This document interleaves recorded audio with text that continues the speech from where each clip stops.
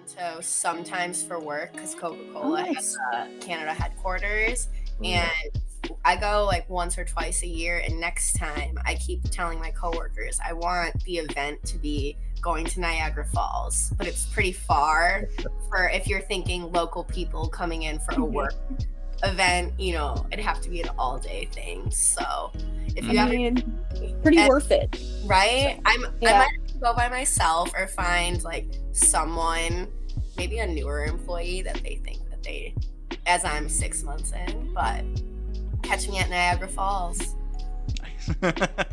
Well, hello and welcome back to the As I Understand It podcast. This is the work-life podcast about careers, adulthood, and the evolving world we live in. I'm your host, Cameron Geddes, and I'm your co-host, Graham Nesbitt. We're blessed to have back today Katie Trost, a recurring guest of ours. If you want to say hi, Katie. Hello. And then we're also bringing on today Ashley Whitefield, one of my old Circana coworkers who now works at Coke. If you want to say hi, Ashley. Hi, everyone. So just a little background on the podcast. Each episode, we're going to ask 3 questions, with 2 relating to the works and lives of our guest. We're going to discuss the facts, give our perspectives, and maybe leave with more questions than we came in with. So I'll have us each say a few words about ourselves. I'll go first. So my name is Cameron Geddes. I graduated in May 2021 from Hope College with degrees in economics and global studies. I'm 25. I live in Oak Creek, Wisconsin with my girlfriend. I work as a retail sales analyst with the Kraft Heinz Company. And in my free time, I can be found taking care of my new cat, Gouda, who I'll have to go wrangle up here and bring him on screen. I introduced him on the last episode, but we lost the video, so I have to make his presence known. Graham, would you want to go next? Yeah, my name is Graham Nesbitt. I am 26. I graduated from Wheaton College in 2021. I currently work as a substance abuse counselor in the Rockford region, and in my free time, I enjoy animating. Thanks, Graham. Katie, would you like to do the honors? My name is Kate Trost. I graduated from Hope College with a BA in 2022, and I currently run my own marketing for small business clients. Nice. Thanks, Katie. And then finally, Ashley. Hi. I'm Ashley Whitefield. I graduated from Miami University in 2019 with a double major in marketing and supply chain management. Now I'm working at Coca-Cola doing commercial strategy for their kids' juice box brands. So think High C, Honest Kids, and Minute Maid. And I live in Chicago, Illinois. So in my free time, you'll catch me walking by the lake, trying new restaurants, and going to concerts. Nice. Thanks, Ashley. So without any further ado, I think we could probably get into our first topic of the day, which is what are some considerations when starting your own business? So I have a excerpt here from Honeybook.com, which is a blog, and they had a section on business plans that I thought was really interesting. So they said a business plan is a roadmap to your future company. According to the SBA, a traditional business plan includes the following components: executive summary on what your company will do, how you'll structure it, company description on target clients, pain points you'll address, market analysis, which is a description of your target market and how you'll fit into it, organization, what type of company you'll be, service or product, what you'll sell, sales and marketing, how you'll reach clients, promote your services, and so on, financial projections, funding requirements. And they say that the more detail you include, the better. Investors and lenders need to know that you've done your research and have a solid plan for the company's success. So business plan is obviously a very important part of setting up a potential business. But I think there's a lot of other interesting elements of consideration. So Katie, you want to give us your perspective? Yeah, absolutely. I think one of the most looked over things when people start putting together a company plan is the actual what does your company do? Who are you servicing right now? And who do you want to expand to in service? Because the goal of a job is also to just be learning. And you have to keep thinking about how to make yourself more marketable, but also down the line of being able to charge more. But for myself, Cam, you know me, I had spreadsheets and notes going from before I even put this thing together, 6 months before I even decided to go with this. So for me, And do you want my to worry explain a bit about was your business just for the background for the sure. audience? Yeah, I can. So I work mostly with small businesses like coffee shops, hair salons, small restaurants, mom and pop shops who they're so busy running the business that they don't really have time for in-depth marketing analytics, so forth. And a lot of these groups really only had the budget to use Google Analytics. Well, as you all know, learning Google Analytics can be a bit of a monster at first. So I sit down with people, I help them understand what it all means. Um, I help them understand the backgrounds of social media, how to understand the settings, what they really should be looking at in terms of success, and what are they defining as success for them. And then in some cases, some of these people have never used social media themselves. And so I also do post building for them to a point where they eventually understand it themselves. And then they might call me in seasonally, depending on the client I pick up. So some clients I have are more seasonal, like we want to do a spring push or we want to add a new location and we're not sure how to differentiate to our target base there because it's slightly different than our current clientele. To They just want to revamp their social media and they haven't done it in a while, to their website. They're not sure if their website's very easy to use and, does the language really fit their messaging? So I sit down and I help them plan out an entire business plan in terms of their marketing and their pushes and who they're targeting. Um, and I have one client actually that really her clientele is an entire township or an entire small government branch of a city or of a municipality. Not gonna go that Municipality. word. There we go. It's a mouthful. And so what I get pulled on there is going through and checking their social media, checking, to make sure they're handling the news stories when they first break, rather than a small Facebook group that, maybe is upset with their local government. So I also do that as well. And I would like to expand that into that more. But my bread and butter has been with the small businesses. And that's actually another major point is just because you do what you do well does not necessarily mean that you're going to make it a sustainable business for yourself. So one thing my advice would be to young people who want to start their own business is think about how many clients you need to have a sustainable business. If you need 10 clients a week to make enough to live on, then you should probably have a backlog of at least 50 because people are always changing. They might decide to go with someone else and so forth. So you need to be cultivating that, whether that's quarterly newsletters or Christmas cards, just saying, hey, we're still thinking of you, and to have some ideas down of, I could help you with this, this, and this based upon what I saw. Small businesses really like that personal touch. And a lot of mom and pop shops tend not to trust, larger agencies because they kind of look like, oh, you just want to bleed me dry. No, I love small businesses because every one of them has a very unique and individual story. And I love telling that. And I love helping them tell that to their clientele. And I realized I enjoyed doing that when I first started helping one hair salon in particular and a coffee shop and went, wow, I really enjoy this. This makes me money. Let's see if I can build something from this. And that's where it really turned into, okay, let's put together the business plan. And I've been doing this now for 3 months and I've now officially hired an accounting team. So I'm pretty happy. Yeah. Congratulations. Thank Awesome. you. Yeah. Yeah, I think Katie had a lot of really good wisdom in there, and a lot of it does come down to just finding out like what you enjoy and if that's going to be sustainable to do like in your area. Because any small business really like you have to think first about, okay, like is there actually a market for this? It's kind of like one of the unfortunate realities of setting up a business is you have to make money to do what you want to do, but I think as Katie put it, like there are a lot of good niches. There's a lot of good existing businesses, especially if you have like a small business to small business platform. A lot of people that don't really have the budget or don't have the need to go with like the really massive, like marketing companies and stuff like that. You're not going to have madmen getting involved with, like a local coffee shop or bookstore or whatever. So yeah, there's a lot of good availability for like doing local and then just seeing if you can expand beyond that. Katie made a good point about like having a business plan and like really knowing what services you can provide in and out. I technically also have a business too. It's not like I have not done any turnover or anything like that. Essentially, Graham and Katie know more. Like I wanted to publish like indie video games and I just play so many. It's time to start like making making some and like doing something fun in that industry.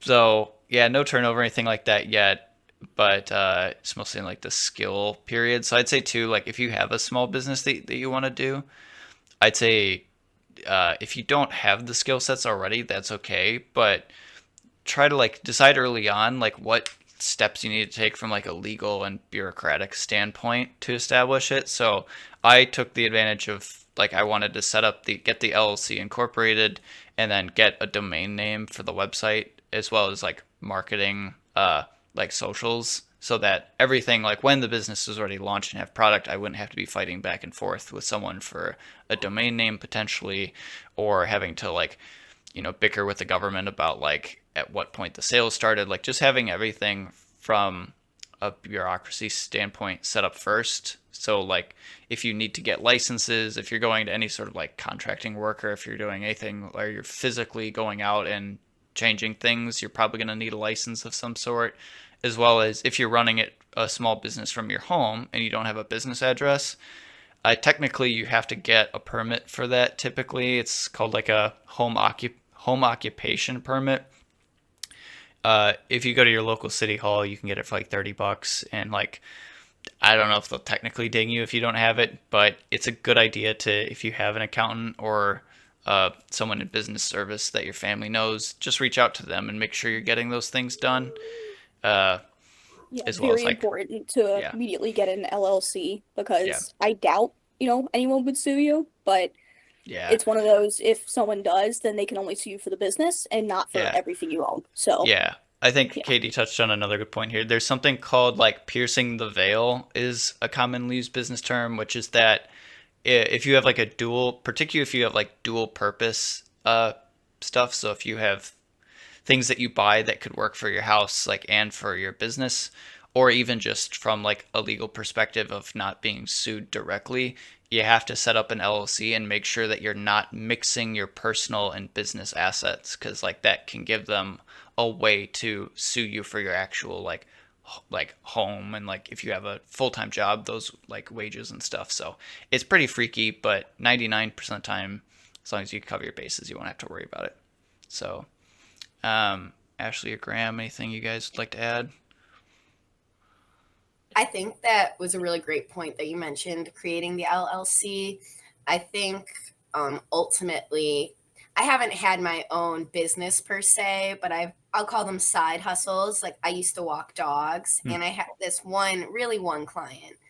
So I would walk 5 days a week, but unfortunately, they ended up moving to New Jersey. So with that, I know I had this good thing going. And so Ashley Whitefield dog walking really hasn't resurfaced in that way since. So back to Kate's point about if you know that you need 10 clients to make ends meet, making sure you have 50.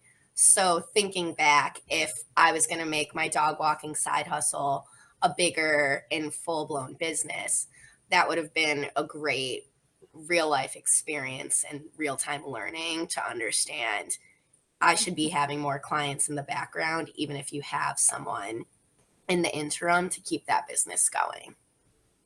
Yeah, that's a good point. Graham, you have thoughts on that? And we can go to probably the next Yeah. question. One thing I wanted to add, just kind of with what Katie was going on, just the amount of preparation beforehand prior to actually making the business itself. I have a friend who have been working with this one company for some time and has been thinking about going for himself, and I'm just kind of working alongside him with that process. It's a lot of small things, a lot of preparation work for that. So just allowing a good amount of time to, as you're saying, with kind of LLC and stuff, covering all your bases, checking all those things that go into it. Yeah, yeah, I think the good point. It's just gotta do a bunch of legwork up front and reduce the headaches later. So, all right, well, we can probably get to our next question, which is then, what are good elements of a negotiation? So this kind of ties back into that previous one. So I have an article here from Harvard, as a PDF called "The 7 Elements of Effective Negotiations." So they list seven main points, and then there's like sub points under it. But for sake of time, I'm going to skip that. So number one is starting a negotiation relationship. Am I prepared to deal with the relationship? Number two, communication. Am I ready to listen and talk effectively? Number three, interests. What do people really want? Four, options. What are the possible agreements or bits of a potential agreement? Five, alternatives. What will I do if we don't agree? Six, legitimacy. What criteria will I use to persuade each of us that we're not being ripped off? And then seven, commitment. What commitments should I seek or make? And then finally, conclusion. What is a good outcome? So I think Ashley would probably be a good person to start off on this. I think you have some negotiation background. Absolutely.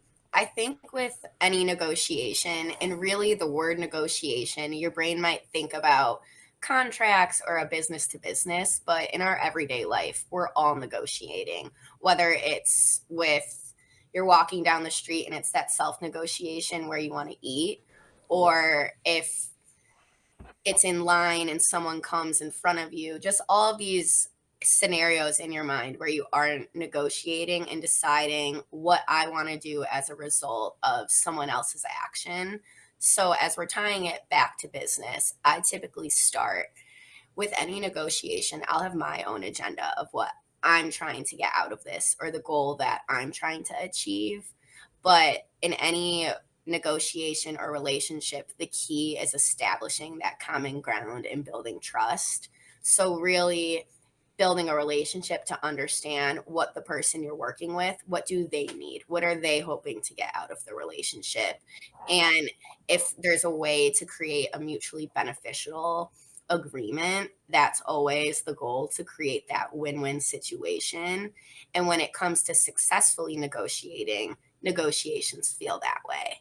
So I think if you're able to ask questions and really listen in that beginning, especially with first impressions, to just make whoever you're talking to feel that you're listening to them, you care about what's important to them, and kind of paint the picture of how my goal and their goal are intertwined to get to that end result. So that's really what I found helping me: listening, establishing that relationship, and then being a team to work together towards that goal. Yeah, I agree with what you just said, Ashley, about like trying to see it from the other person's perspective. I remember possibly one of the sole reason why I went into economics is because Graham and I were in econ back in high school together, and it was just so awakening to step out of a consumer's perspective and see it from like a manufacturer's perspective or like a seller's perspective.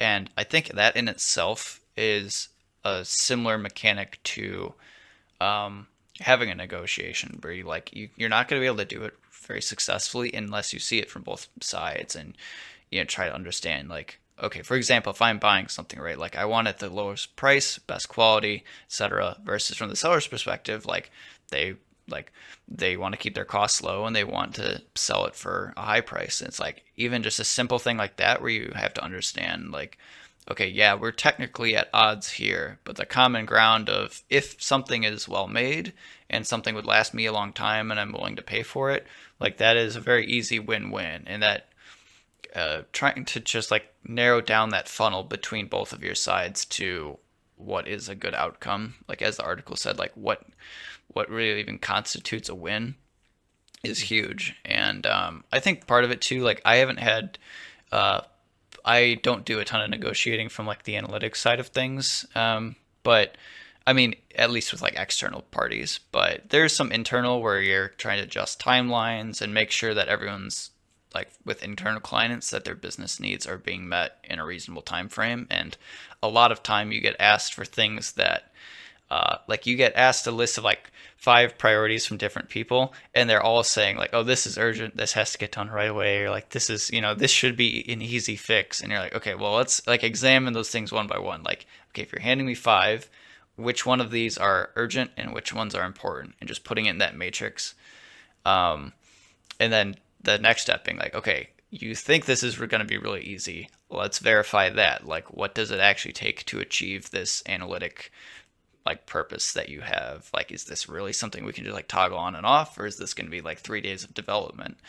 And just getting the facts down straight, like I think if you've ever seen like Shark Tank or like Dragon's Den on YouTube, you'd like understand people when they don't come in with facts, everything falls apart because you just have no foundation. You have like no trusted sense of what reality even is with this person you're negotiating with. So, yeah, just really knowing the fundamentals, you'd be surprised how far you can get without having to like smooth talk or turn on the charm or anything like that. It's just, getting down to brass tacks most of the time. Especially, Yeah, go ahead. I was just going to add, if you're talking about negotiations within your own company, because a lot of what I'm doing now, it's typically all internal negotiations, trying to get different functions to have their win-win situation while achieving goals.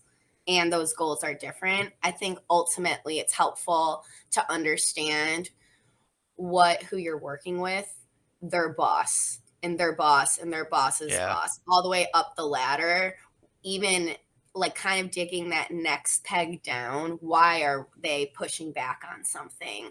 Or why is this difficult? Just trying to understand the why behind everything that we're doing sometimes helps you speed up the process, because you can speak to certain objections. Or if you know that this company that you've heard, they're doing a price increase across all of their services because of something that happened and that's their reality, you might know that's the state, that's the environment you're dealing with, and use that as a starting point, as opposed to planning for a negotiation about, oh, well, if we didn't have the price increase. Sometimes that might be the reality of the situation. So when you know that, it gives you the perspective and insight to be a more intelligent partner and more strategic negotiator to drive the result that you want, while playing, not that playing a part, but also just fully having that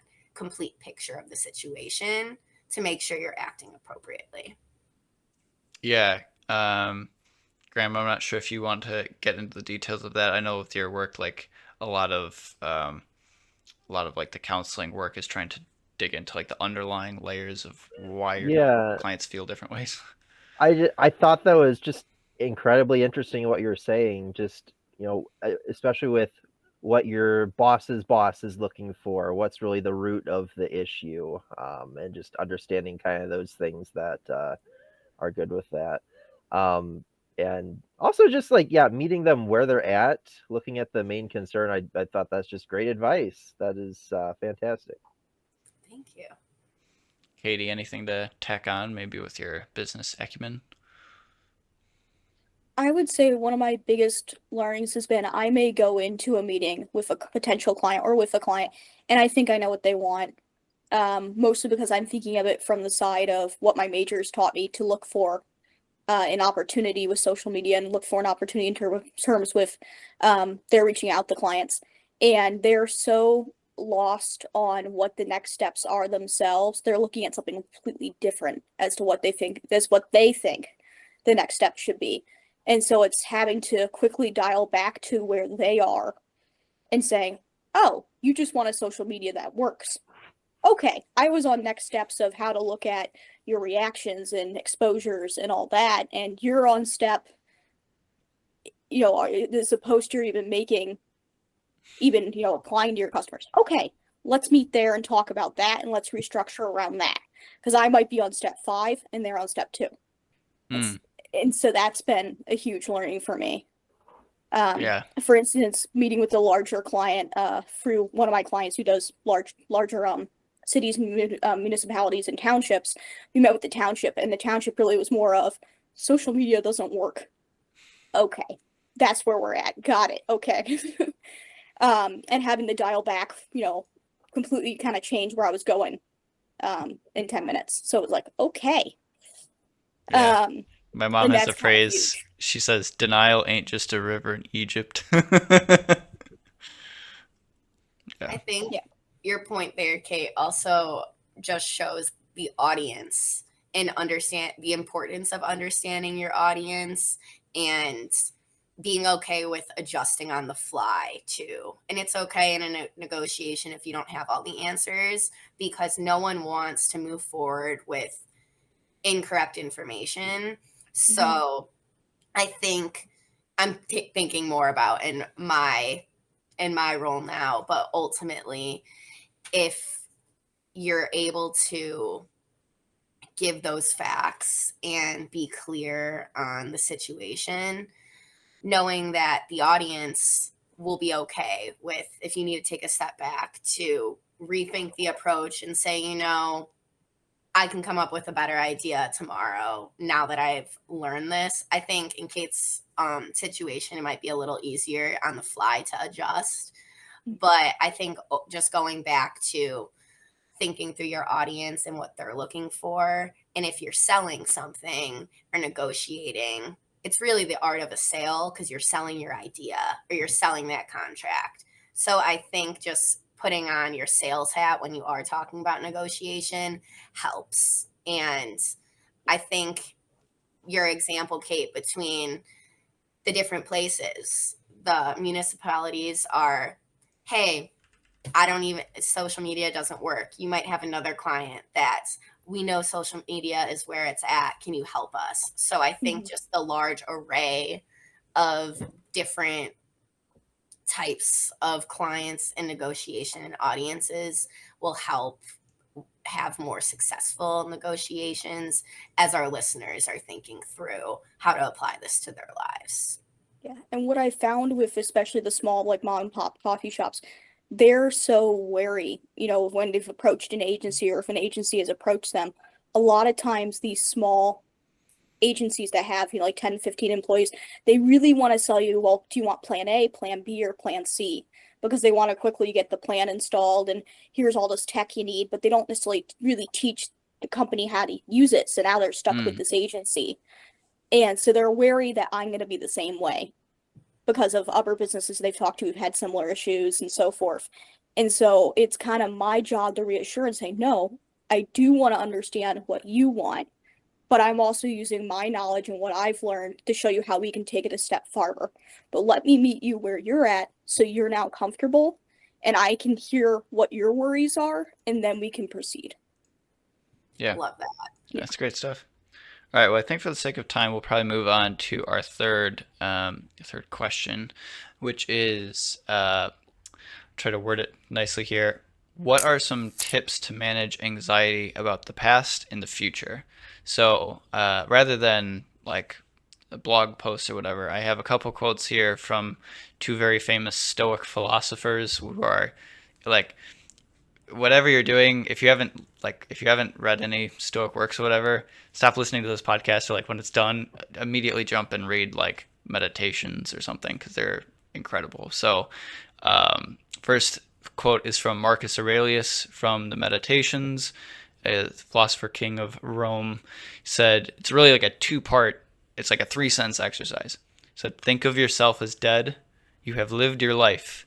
Now take what's left and live it properly. And then Aaron, real quick, I follow those on Instagram. Absolutely love those. it's just so good. Like rewires your brain. Okay, and then next part, 2 excerpts from Seneca's On the Shortness of Life. He said, "It is not that we have so little time, but that we lose so much. The life we receive is not short, but we make it so. We are not ill provided, but use what we have wastefully." And then in a different part, he it sounds like he contradicts himself. He says, "But life is very short and anxious for those who forget the past, neglect the present, and fear the future." So I think like Seneca is really speaking to, and Marcus Aurelius are really speaking to across time to something that translates just to human experience, which is that as you get older and as time goes by, your perception of time changes, and it's very easy to get wrapped up in like things you had wished you were done or things you want to do in the future. And like in the process of just like surviving, you have so many obligations that you lose track of actually living and experiencing while things are happening.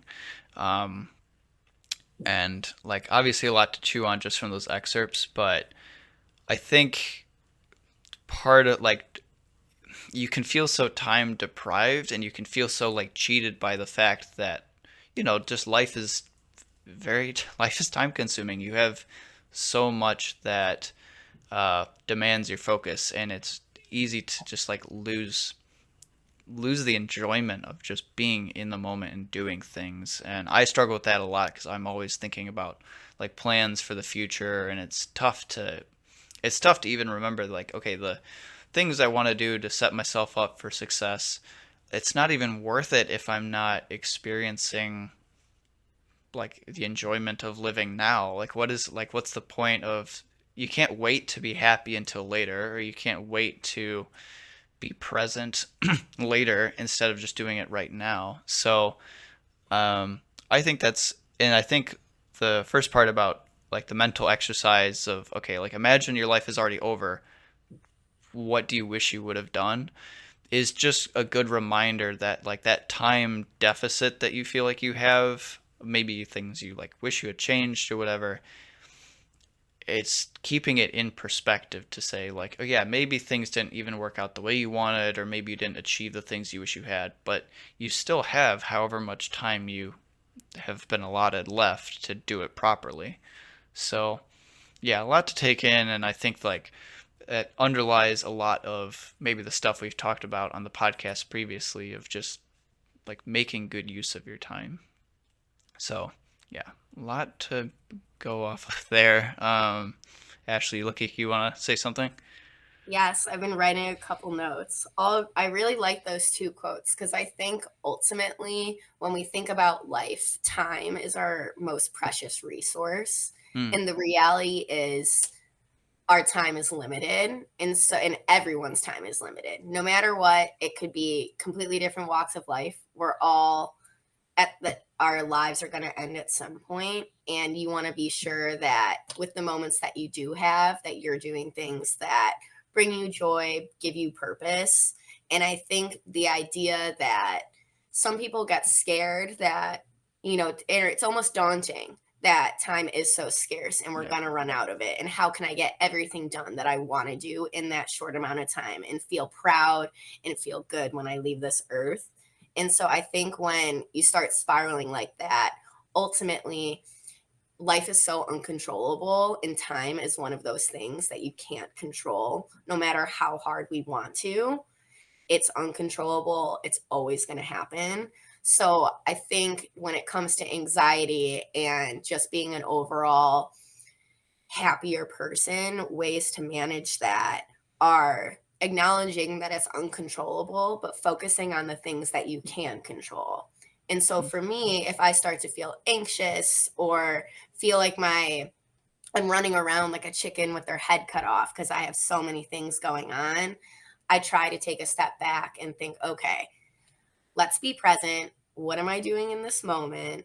What do I need to achieve in this moment for tomorrow? Like any deadlines, but ultimately trying to kind of mitigate some of those worries about tomorrow by focusing on what can I do in this moment to make myself feel better or bring myself joy. And I think ultimately coming back to being present in that moment and enjoying the journey, not always wanting the destination, is kind of helps me. Like a lot of the time we're so pressed with how we're going to, what the outcome's going to be, that Mm-hmm. on the journey we're having a terrible time, but the journey is life. So ultimately being present and focusing on what you can control kind of helps me to enjoy that journey. Yeah. Yeah, I think that's a great way to think about it. Graham, you want to pitch in here? I know you're a Stoic Yeah, guy too. yeah. Um, I love those things on Instagram. They're just very inspiring. Something that they say a lot as far as managing anxiety in the field that I work in, which is substance abuse, is just taking it a day at a time. Not worrying about and it's easier said than done, so it is something that legitimately takes practice, but just taking care of what you need to take care of tomorrow and trusting that things are going to work out. If you do what you need to do today, then that's all you really can do. Also, what I just had a comment adding on just the time perspective that you were reading, Cameron. Mm. There's something, I think it's been mentioned different places, but I had first heard it from the 7 Habits. Mm. It's write your own eulogy. When your life is over, what will you have wanted other people to have said about you? And after you've done that, start working towards those things and getting to that point. So yeah, I think it's just, keeping those things, this perspective of time. I agree, time is the most precious resource because it it cannot be, how you spend it is really one of the most important things you can do in life. So a lot of good stuff there. Yeah. Katie?